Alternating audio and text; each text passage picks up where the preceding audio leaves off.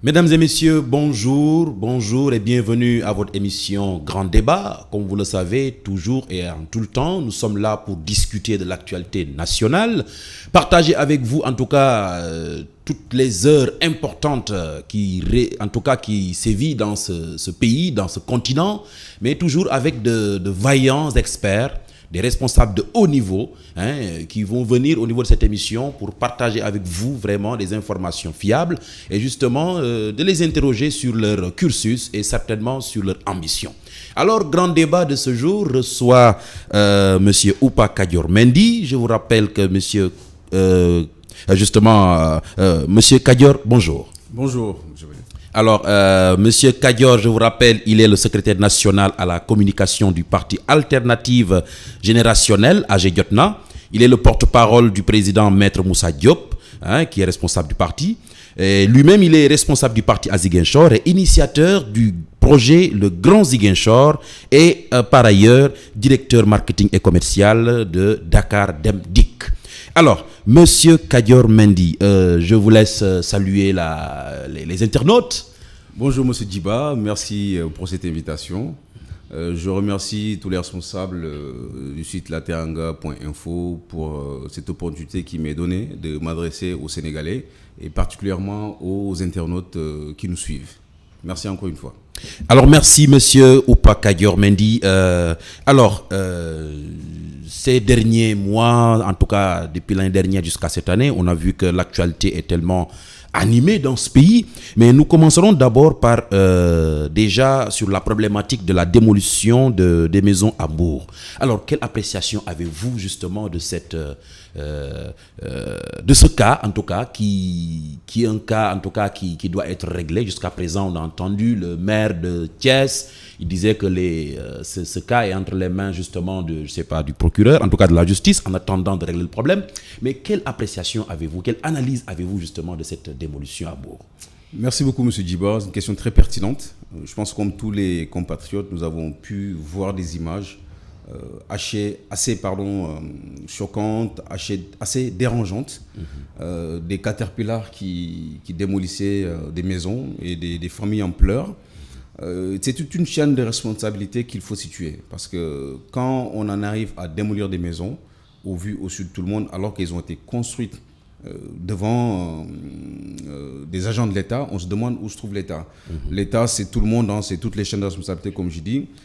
C'est d'abord la DESCOS, c'est d'abord les mairies, les communes elles-mêmes, parce que ces maisons ne sont pas dans un no man's land, elles sont dans une commune.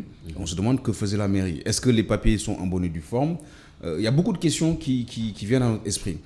Et aussi, il faut que chacun sache raison garder, qu'on sache que peut-être qu'on ne sait pas exactement ce qui se passe dans cette affaire-là. Il faut que les personnes autorisées puissent se prononcer afin qu'on sache réellement qui est responsable, à quel niveau.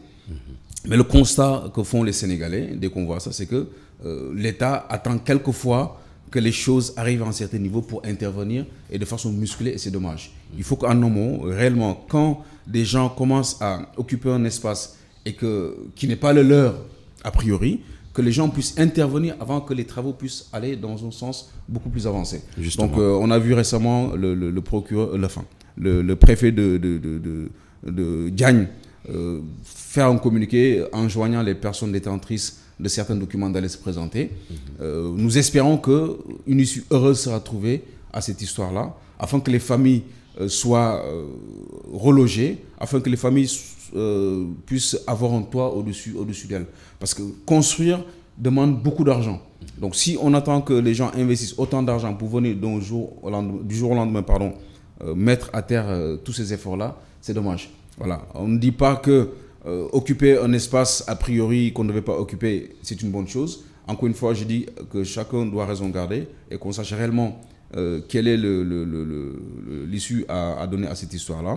Mais il est dommage qu'on observe, qu'on regarde des gens mettre autant d'argent dans des constructions pour venir du jour au lendemain les démolir. Donc il y a lieu de prendre les mesures idoines pour qu'on puisse dépasser ce stade-là. C'est dommage qu'on mette à la poubelle tous ces efforts faits, consentis par des pères de famille pour reloger leur famille. Et c'est la même chose, c'est comme si c'est une histoire qui se répète. On a vu le cas à Ouakam, même si ce n'est pas les mêmes raisons.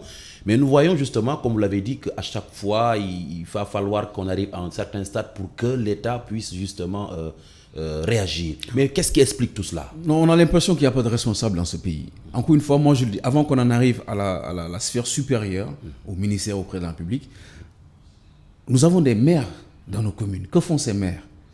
Beaucoup sont beaucoup plus enclins à vendre des terrains qu'à suivre un process de construction, de savoir est-ce que les personnes qui construisent dans tel domaine disposent des papiers légaux pour construire. Donc il faut qu'il y ait réellement ce travail qui est fait en amont pour qu'on puisse respecter le code de l'urbanisme, qu'on puisse réellement...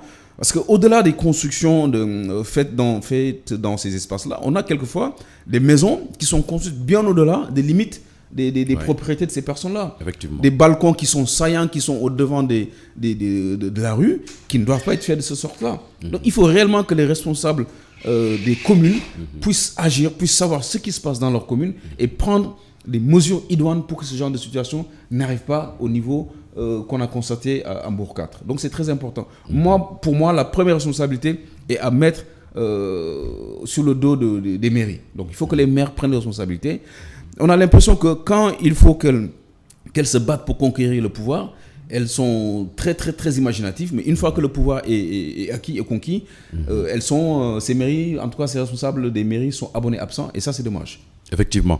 Je vous rappelle que nous sommes en direct avec Kadior Mendy, secrétaire national à la communication du parti Alternative Générationnelle AG Jotna. Il est le porte-parole du président Maître Moussa Diop.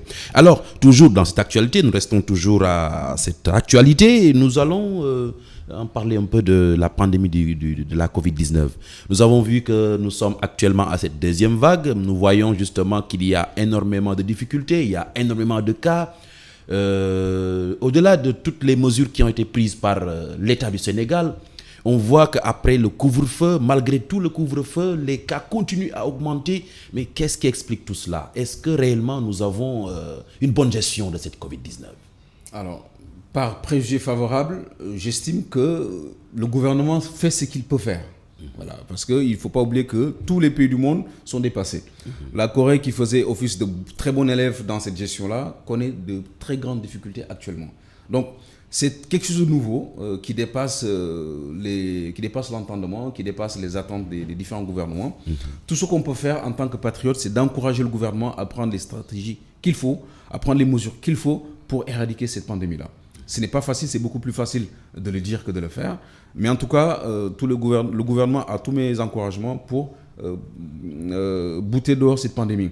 On peut quelquefois remettre en cause une certaine stratégie dans cette lutte-là, mais il faut savoir que tout le monde tâtonne. C'est malheureux de le dire, mais tout le monde tâtonne. Voilà, dans tous les pays du monde, on tâtonne.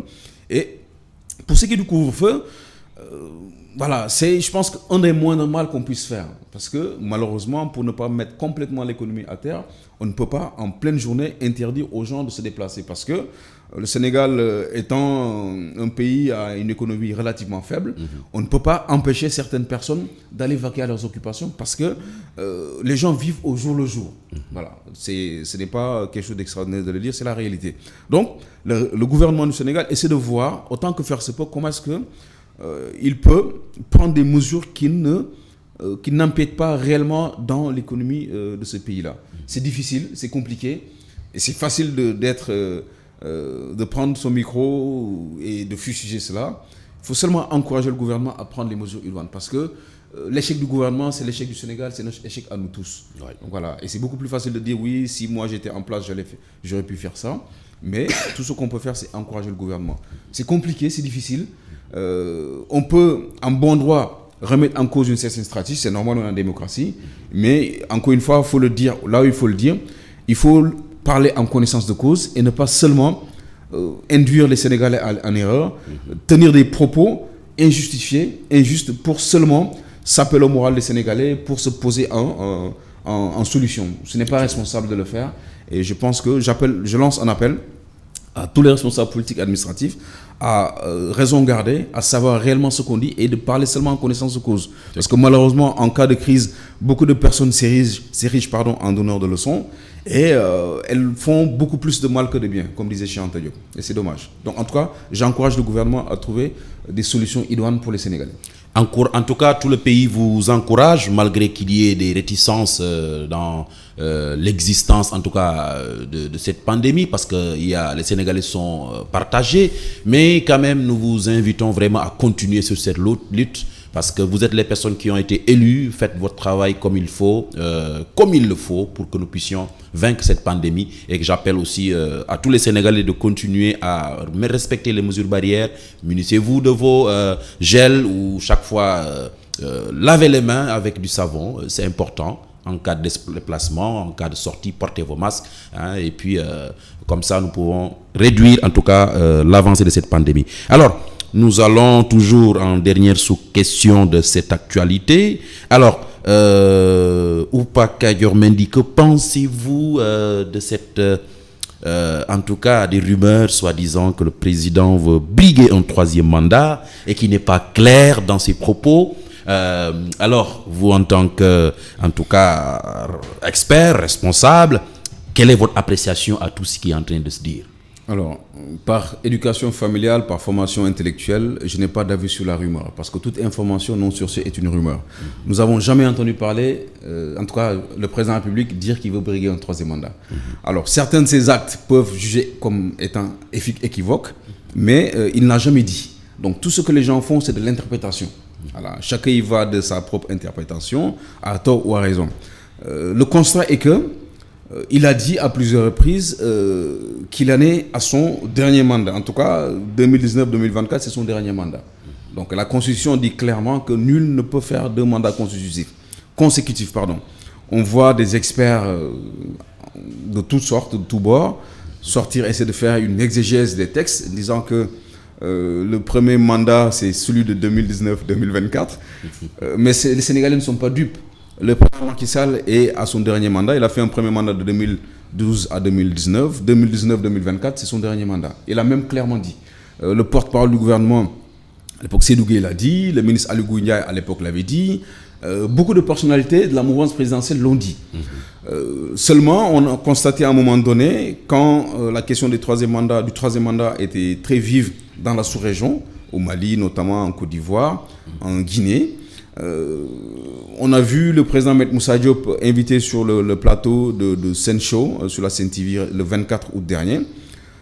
Alors, en analysant le contexte à l'époque, il a aussi parlé de la Côte d'Ivoire, du Mali et de la Guinée. On lui a demandé, mais le président Embalo de la Guinée-Bissau a clairement dit que essayer de tripatouiller la Constitution pour briguer un 3e mandat, c'est un coup d'État constitutionnel. Qu'est-ce qu'il en pense, lui, le président Maître Moussa Diop? Il a clairement dit qu'effectivement, c'est un coup d'État constitutionnel.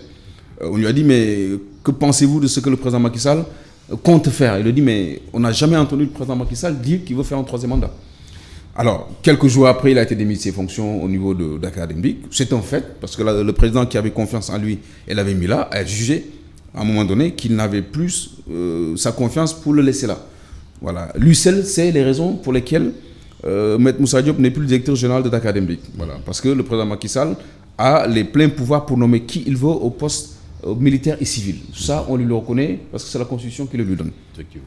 Par contre, certains Sénégalais se posent des questions à savoir que après son second et dernier mandat, le président Macky Sall a dit, après avoir été plébiscité par les Sénégalais à plus de 58%, il a clairement dit « Allons au travail et faisons en sorte que les Sénégalais, c'est pourquoi ils nous ont plébiscité, qu'on puisse mériter leur confiance et qu'on bâtisse le Sénégal de nos rêves. » Effectivement. Voilà. Donc, il a enjoint son équipe, sa mouvance présidentielle, à ne pas suivre l'opposition dans cette question du 3e mandat.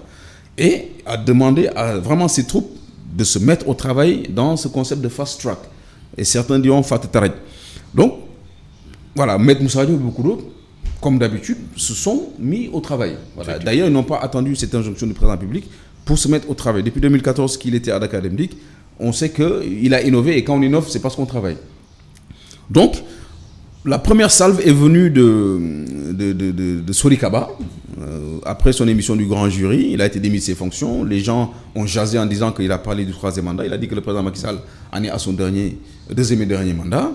On a vu après Moustapha Diakhaté, subir les foudres du palais après s'être prononcé et sur beaucoup d'autres choses à ce niveau-là. Et les gens ont commencé à se dire, mais tiens, quand quelqu'un évoque le fait que le président Macky Sall en est à son dernier mandat, c'est-à-dire 2019-2024, il subit les affres du pouvoir. Mais quand d'autres personnes sortent et disent que, en faisant une exégèse bizarre, une pirouette, en disant que le président Macky Sall a droit à se représenter ad vitam aeternam, rien ne lui arrive. Donc les Sénégalais, en personne intelligente, se disent mais il y a quelque chose peut-être qui se trame. Quand on dit que le président a droit à un troisième mandat, rien ne nous arrive. Pourtant, il a dit je ne veux pas qu'on en parle. Donc, logique pour logique, on doit même démettre de leur fonction toutes les personnes de la mouvance présidentielle qui disent qu'il a droit à un troisième mandat. Mais par contre, quand on dit qu'on n'a pas droit à un troisième mandat, on est sabré. Donc les Sénégalais se posent des questions. Le président Macky Sall n'a jamais dit qu'il va briguer un troisième mandat, mais les actes qu'il pose sont équivoques et appellent à une interprétation des Sénégalais qui se disent mais l'Iram, peut-être qu'il veut faire comme Ouattara, comme Alpha Condé et puis comme d'autres présidents. Effectivement. Voilà. Donc le débat en est là et les Sénégalais feront chacun sa propre opinion. Et puis, mais bon, moi, je n'aime pas interpréter les choses. J'aime être factuel. On a vu que quand on dit que le président a droit à un troisième mandat, rien ne nous arrive. Quand on dit qu'il en est à son deuxième et dernier mandat, quelque chose nous arrive. Donc, à chacun de faire son opinion. Effectivement. En tout cas, le moment venu, les Sénégalais seront édifiés, justement parce que, comme il l'a dit, le président ne s'est pas encore prononcé sur ce troisième mandat, vu qu'il y a des pays limitrophes qui ont, en tout cas, brigué un troisième mandat. En tout cas, nous reviendrons, en tout cas, beaucoup plus clair à ce niveau-là, avec d'autres informations au moment venu. Alors, à notre deuxième question, Oupa Kadior Mendy, c'est quoi le grand Ziguinchor? Merci M. Djiba, je suis très heureux que vous posiez cette question. Alors, le grand Ziguinchor, c'est une vision que les responsables du parti et les militants du parti Alternative Générationnelle de Ziguinchor ont conçu avec les Ziguinchorois, par les Ziguinchorois et pour les Ziguinchorois. Donc, le grand Ziguinchor, ce n'est pas un mouvement. Nous sommes dans l'Alternative Générationnelle Agir-Lieutenant, dont le président est Maître Moussa Diop, c'est très clair. Et par contre, au niveau local, chacun, comme on dit en Wolof, nous, on a jugé utile de mettre en place une vision qui est issue de l'Alternative Générationnelle, qui puisse être un début de solution, en tout cas, aux difficultés des Ziguinchorois. Donc le grand Ziguinchor, c'est cela. Nous voulons que Ziguinchor dépasse le stade moribond dans lequel il est. Les Ziguinchorois végètent dans des difficultés énormes. Ils sont dans le désespoir. Ziguinchor est dans un état délabré et catastrophique à cause d'une gestion, d'un pilotage à vue des différentes municipalités de Silemer à Robert Sagna et actuellement au maire Abdoulaye Baldé, mais également du conseil départemental, qui n'ont malheureusement aucune vision à proposer aux Ziguinchorois et de solutions concrètes dans lesquelles les Ziguinchorois se verraient pour avoir de l'espoir en un lendemain meilleur. Donc, même on voit des infrastructures qui sont vieillissantes, le lycée Guignabo de Ziguinchor, le pont Émile Badiane. En tout cas, l'emploi des jeunes à Ziguinchor, ça devient inquiétant dans cette région. Alors c'est très inquiétant, vous avez bien fait de le dire. Donc ça ne veut pas dire que je suis le seul, M. Oupa Kadior Mendy, responsable du parti Agir-Lieutenant Ziguinchor, à faire ce constat. Les Ziguinchor ont fait ce constat, même ceux qui ne sont pas de Ziguinchor font ce constat. C'est frappant de voir beaucoup de personnes, beaucoup de Sénégalais avoir une image grandiloquente, bienveillante par rapport à Ziguinchor. Ils disent qu'ils veulent aller à Ziguinchor parce que Ziguinchor, depuis tout petit, les fait rêver. Mais une fois qu'ils vont à Ziguinchor, ils déchantent tout de suite. Ils disent qu'ils sont surpris que Ziguinchor soit dans cet état-là. Le nom est porteur. On peut dire que notre réputation nous a précédés. Mais malheureusement, une fois qu'on va à Ziguinchor, on se rend compte que, on tombe des nues, on se rend compte que tout l'imaginaire qu'on avait à Ziguinchor, s'effondre comme un château de cartes. Cela, encore une fois, je le répète, parce que nos responsables politiques en place n'ont pas de vision pour les Ziguinchorois. Parce que gouverner, c'est prévoir. Mais quand on fait du colmatage au quotidien, quand on n'est pas capable d'éclairer Ziguinchor comme il se doit, après plus d'une dizaine d'années de gestion de la mairie, je veux nommer le maire Abdoulaye Baldé, quand on n'est pas capable d'avoir une eau potable saine pour les Ziguinchorois, parce que des études ont été faites, et conclusion, c'est que Ziguinchor a une eau douteuse. Toute personne qui va à Ziguinchor et qui n'est pas de Ziguinchor, quelquefois quand on boit l'eau du robinet de Ziguinchor, on a des maux de ventre. Voilà. Nous, bon, on habite là-bas, on est de là-bas, donc on boit l'eau, on est un peu immunisé. Mais quand on a des invités qui viennent à Ziguinchor, on leur offre une eau minérale. Voilà. Je ne ferai pas de publicité à une eau que nous affectionnons tant de la place, mais beaucoup de structures, beaucoup d'infrastructures de Ziguinchor sont en état d'élaborement avancé. Certains rejettent la responsabilité à l'État central, en disant par exemple il y a un problème d'assainissement à Ziguinchor, donc c'est le ministère qui doit gérer cela, c'est l'État du Sénégal qui doit gérer cela, mais je le dis clairement, on a un maire qui est à Ziguinchor qui doit, avant que les préoccupations n'arrivent à un lieu, gérer cela à Ziguinchor, notoirement. Quand il pleut à Ziguinchor, c'est les inondations. C'est dommage. Ziguinchor est une zone qui a une grande pluviométrie, qu'on s'en soit arrivé, même en centre-ville, Escale, à être inondé, c'est un problème réel de mauvaise gestion. Ouais.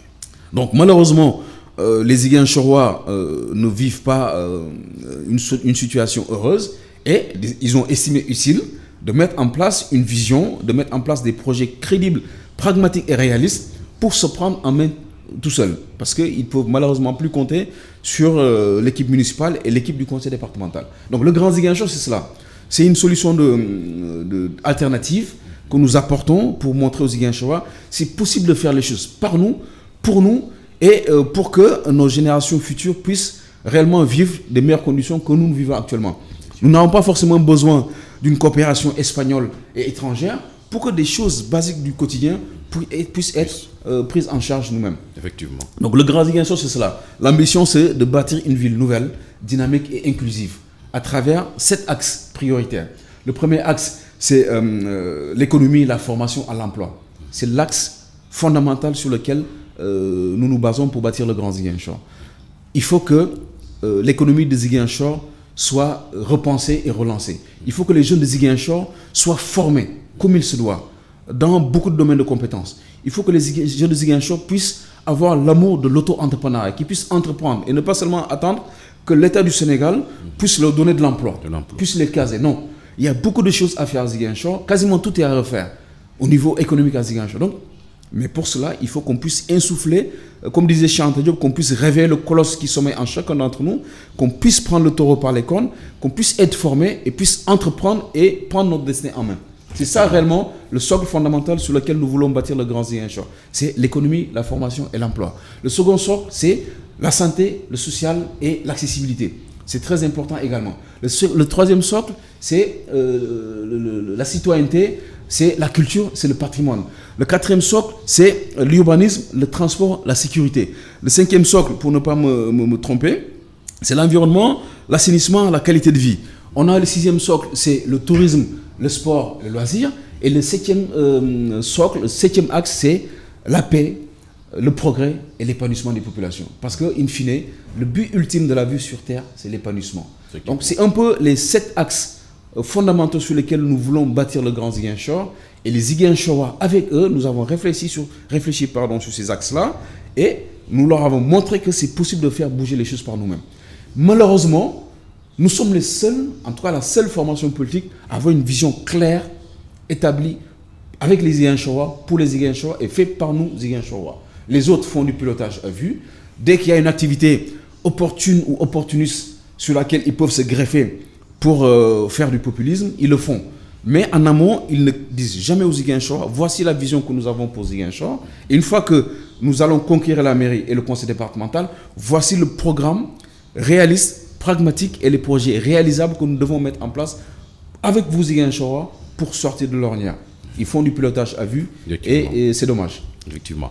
En tout cas, je vous rappelle toujours que nous sommes en direct avec Oupa Kadior Mendy, secrétaire national à la communication du parti Alternative Générationnelle, AG Diotna, porte-parole en tout cas du président Maître Moussa Diop. Alors, pour une dernière question peut-être, Monsieur Mendy, vous avez le Grand Ziguinchor, mais l'objectif avoué ou inavoué, c'est peut-être l'ambition que vous avez, parce que les jeunes vous connaissent à Ziguinchor. Alors, quelles sont vos ambitions réellement? Alors, quand on crée un parti politique, c'est pour conquérir le pouvoir et le conserver le plus longtemps possible, dans les règles légales et légalistes que nous confère la Constitution. Donc, quand nous avons créé Alternative Générationnelle en février 2009, c'est pour conquérir le pouvoir, vraiment aller devant le suffrage des Ziguinchorois. Donc, quand nous faisons la politique à Ziguinchor, c'est pour apporter des solutions pérennes aux difficultés des Ziguinchorois. Par contre, Seuls les Ziguinchorois jugeront utile de dire à telle structure politique, à telle coalition, à tel responsable politique d'aller briguer leur suffrage. Parce que cela ne sert à rien d'aller devant les Ziguinchorois et qu'on rejette votre candidature. Donc, nous faisons le travail à nous dévolu en partageant avec les Ziguinchorois nos ambitions, en leur disant ce que nous voulons pour Ziguinchor, ce que nous pensons que Ziguinchor doit devenir, notamment à travers le grand Ziguinchor. Ce n'est que comme ça, le moment venu, que les Ziguinchorois jugeront utile, est-ce que notre profil, notre projet, notre vision est réaliste et réellement pragmatique comme nous le pensons? Est-ce que ce n'est pas leur faire insulte que d'aller devant eux pour briller leur suffrage? Donc, au jour d'aujourd'hui, nous faisons le travail que nous devons faire. Récemment, ce week-end dernier, nous avions tenu un point de presse à Ziguinchor pour présenter le kit, entre le lot de gel hydroalcoolique, de masques, des milliers de masques que nous avions à partager avec les Ziguinchorois. Pour encore une fois, comme vous l'avez dit en entame de votre propos, respecter les mesures barrières, notamment le port du masque. Et ce sont des actions comme ça au quotidien, en fonction de nos moyens bien sûr, parce que nous ne faisons pas la politique avec des deniers qui ne sont pas les nôtres. Voilà, nous faisons la politique avec les moyens qui sont les nôtres et nous partageons ce que nous avons avec les Ziguinchorois. Donc, en agissant ainsi au quotidien avec les Ziguinchorois, avec toutes les couches des populations, en leur présentant notre vision, le moment venu, elles estimeront que si réellement ou pas notre ambition est légitime et nous dirons oui, vous pouvez venir présenter votre projet, votre programme devant nous pour avoir nos suffrages. Donc ce n'est que là que nous irons devant les Ziguinchorois pour leur dire nous voulons conquérir la mairie et nous voulons conquérir le conseil départemental pour apporter un changement radical, réel à leur vie au quotidien. Parce que malheureusement, les responsables en place, le maire Abdoulaye Baldé, n'est pas en mesure d'apporter des solutions. Nous l'avons récemment vu avec les petites émeutes qu'il y a eu sur le boulevard 54, ainsi que le président du conseil départemental, Fiar Koli, qui n'est pas en mesure réellement de faire le travail qui lui est confié. Donc, les Ziguinchorois sont impatients. Ils se disent qu'il est temps qu'un changement véritable soit apporté à la tête de ces institutions-là. Nous saurons répondre présent le moment venu, mais pour l'instant, nous ne sommes pas candidats. Nous attendons le moment venu pour nous prononcer en fonction de ce que les Ziguinchorois diront de notre profil et de notre projet, de notre programme. D'accord. En tout cas, Monsieur Mendy, je rappelle que c'est le secrétaire national à la communication du Parti Alternatif Générationnel. Alors, Monsieur Mendy, avez-vous peut-être un dernier mot à l'égard des Sénégalais partout ailleurs? Juste vous remercier encore une fois de votre invitation. C'est un plaisir et un honneur d'être dans les locaux en tout cas de la teranga.info. Ce n'est pas une première pour moi. Je remercie les Sénégalais pour leur confiance, particulièrement les Ziguinchorois, et je leur demande de tenir bon, de respecter les consignes de nos organismes de santé, du ministère de la Santé et de l'Action sociale, de la Direction générale de la santé. Je demande également à nos autorités de revoir leur communication au niveau concernant cette pandémie. Il ne sert à rien d'avoir ce décompte macabre au quotidien, de faire peur aux Sénégalais. Cela ne sert absolument à rien. Il faut rassurer les Sénégalais par rapport au vaccin également et que chacun puisse être responsabilisé à son niveau pour dire que nous devons tous, en ce qui nous concerne, à quelque station que ce soit, jouer le rôle qui est le nôtre pour bouter dehors cette pandémie de Covid-19. Donc, chacun est interpellé. Donc, encore une fois, dire bon courage aux Sénégalais, bon courage aux Gorgolous au quotidien qui sont réellement impactés par les mesures prises par le gouvernement du Sénégal. Malheureusement, c'est le moindre mal. On ne peut pas tenir rigueur au gouvernement du Sénégal de faire ce qu'il peut ou ce qu'il pense utile pour les Sénégalais.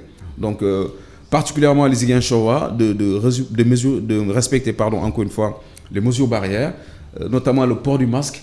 Comme je le dis chaque fois, je ne suis pas un fan du port du masque, mais quand les autorités nous enjoignent à porter le masque, on le fait en tant que patriote pour contribuer chacun, comme je dis, à bouter dehors cette pandémie de Covid-19.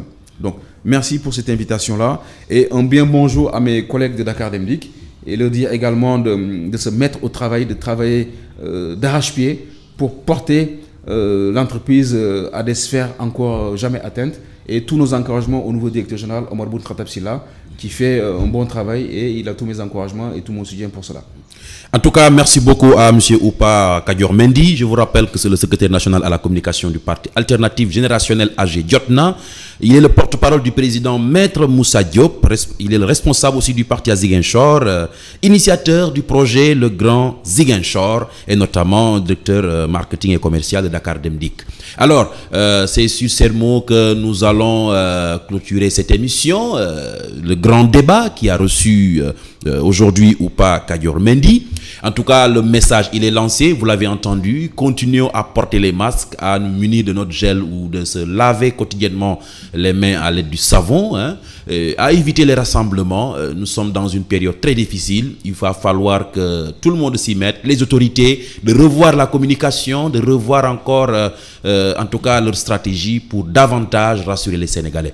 Tels sont les mots, en tout cas, de M. Oupa Kadior Mendy, que nous avons reçu ici au niveau de cette émission, le grand débat, ici à Teranga Info, la Teranga TV.